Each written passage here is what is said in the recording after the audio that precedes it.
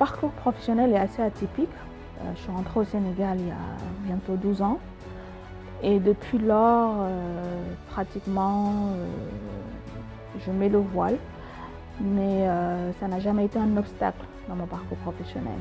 Ça a toujours été ma force. Grâce à ce voile, je me sens mieux respectée en tout cas, parce que j'ai évolué dans des milieux où il y avait plus d'hommes que de femmes.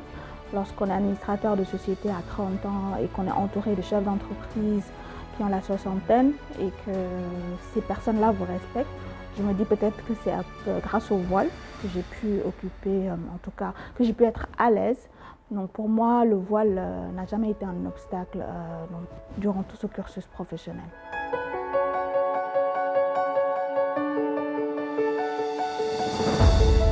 Le conseil que je vais donner à ces dames qui portent le voile et qui évoluent dans le domaine professionnel, dans le milieu professionnel, quelle que soit sa spécialisation, quelles que soient ses spécialités et tout ça, ça ne change pas, c'est la confiance en soi. Parce que quand on porte un voile, c'est une conviction personnelle, c'est un engagement personnel, c'est comme on le dit quand on trace la vie des gens à chaque fois, quand on fait du développement personnel, je dis que est-ce que vous savez qu'une personne a 6 vies? Donc si on schématise ces 6 vies-là, que moi je définis à chaque fois en tant que coach, je dis qu'il y a quand même 3 vies entre ta vie spirituelle et ta vie professionnelle. Ce qui veut dire que c'est carrément la confiance en soi, une croyance profonde qui te permet de porter ce voile.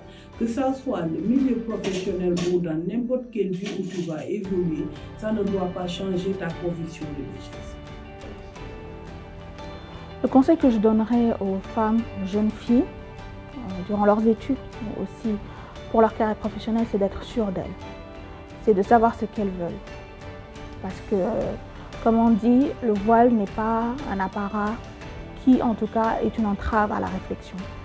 Donc aujourd'hui, on a besoin de jeunes femmes affirmées déjà par ce qu'elles représentent. Et le voile n'est qu'un atout pour moi. Donc aujourd'hui, il ne faudrait pas se laisser déstabiliser par des commentaires. Ça peut arriver. Le voile ne doit pas vous empêcher de poursuivre votre carrière, d'avancer dans la vie, d'avoir des responsabilités surtout. Pourquoi? Parce que si moi aujourd'hui j'ai pu occuper certaines stations et arriver, en tout cas aujourd'hui à occuper un poste auquel j'aspirais depuis plusieurs années, tout le monde peut le faire. À force d'abnégation de travail, il ne faut pas se décourager, il faut continuer à étudier, même en étant dans le cursus professionnel. C'est ce qui m'est arrivé après 10 ans, j'ai dû reprendre mes études pour me parfaire, pour pouvoir m'ouvrir d'autres horizons. Pour moi, comme dirait un ami, sky is the limit. Donc je ne me fixe pas d'obstacles. Pour moi, tout est possible. Il suffit d'y croire, il suffit d'être sûr de soi, d'avoir confiance en soi et surtout d'être entouré de personnes positives. C'est très important d'avoir un entourage qui vous soutient, qui vous encourage.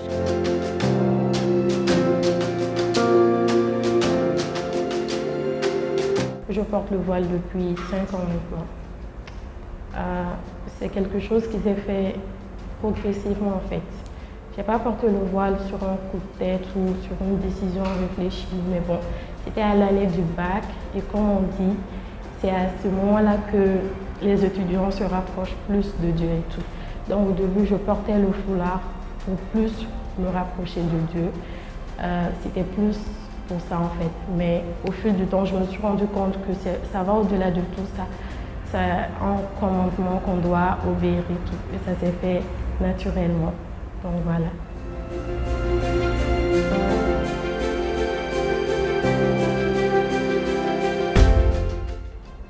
Alors le voile dans le milieu universitaire, bon, je peux dire que moi j'ai vécu au début les préjugés et tout, ça me faisait mal parce qu'on me disait ouais, tu t'es voilée juste pour avoir le bac ou ah ça y est, c'est l'approche du bac, sa foi augmente et tout, après elle va laisser le voile.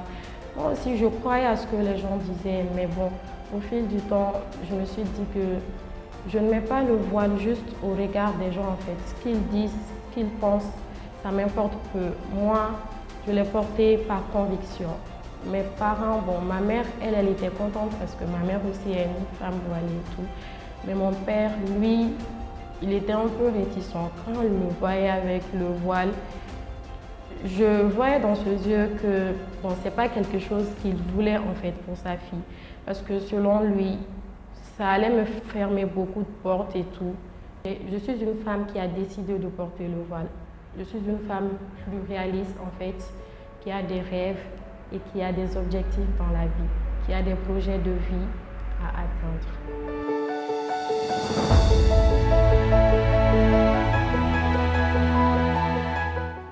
En fait, j'en ris parce que depuis ce matin, j'étais en train de discuter avec une personne qui m'avait fait entrer dans un réseau d'entrepreneurs quand je venais de lancer mon cabinet. Et aujourd'hui, quand elle était venue, pour la première fois, si je ne me trompe, c'était vers 2015, 2016, c'était pour me coopter en tant que nouvel entrepreneur qui a besoin d'être encadré, d'être coaché, d'être incubé, d'être couvé. C'était en 2016.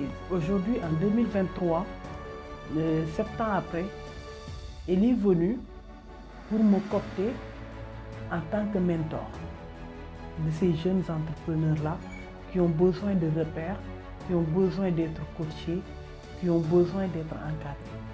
Ce qui veut dire qu'en 7 ans, je change de casquette de coacher à coach. Rien que ça, c'est une fierté pour moi. Pour moi, aujourd'hui, je ne peux pas parler de réalisation. Je dirais de cheminement peut-être. Pourquoi? Parce que j'ai grandi dans ma profession de juriste. C'était pas facile dès le départ, lorsqu'on commence à travailler, surtout au Sénégal, on vient d'arriver, on a quitté l'étranger, on a fait nos études à l'étranger, donc il faut s'insérer socialement déjà. Et puis faire face à ce monde professionnel qui n'est pas forcément tendre. Avec mon background de juriste, donc moi je suis diplômée en droit international européen comparé, en droit de l'homme aussi. J'ai évolué dans le monde du droit des affaires, ce qui n'était pas mes spécialités. Mais ma volonté de réussir a fait qu'aujourd'hui, comme le droit est transversal, j'ai pu facilement m'insérer. Donc ma satisfaction vient du fait que j'ai eu des mentors qui m'ont fait confiance. Par exemple, quand je dis que j'ai été conseiller juridique d'un ministre, ce ministre m'a fait confiance, m'a donné des responsabilités à un très jeune âge. Donc siéger dans un conseil d'administration à 30 ans, pour une femme, ce n'est pas chose aisée, ce n'est pas quelque chose de commun pour moi. Et c'était une belle expérience. Pourquoi? Parce que j'avais mon mot à dire. J'avais mon mot à dire sur le fonctionnement de l'entreprise. Donc forcément, on participe en tout cas à la réussite de cette entreprise-là. Les belles réalisations que j'ai eu à faire, c'est pendant la licence, notamment pour le business plan, en fait, le projet professionnel de groupe. En fait. Donc notre projet a été retenu, financé. Donc ça, je suis vraiment fière de moi parce que le voile n'a jamais été un frein à mes études ni à ma créativité. C'est la licence.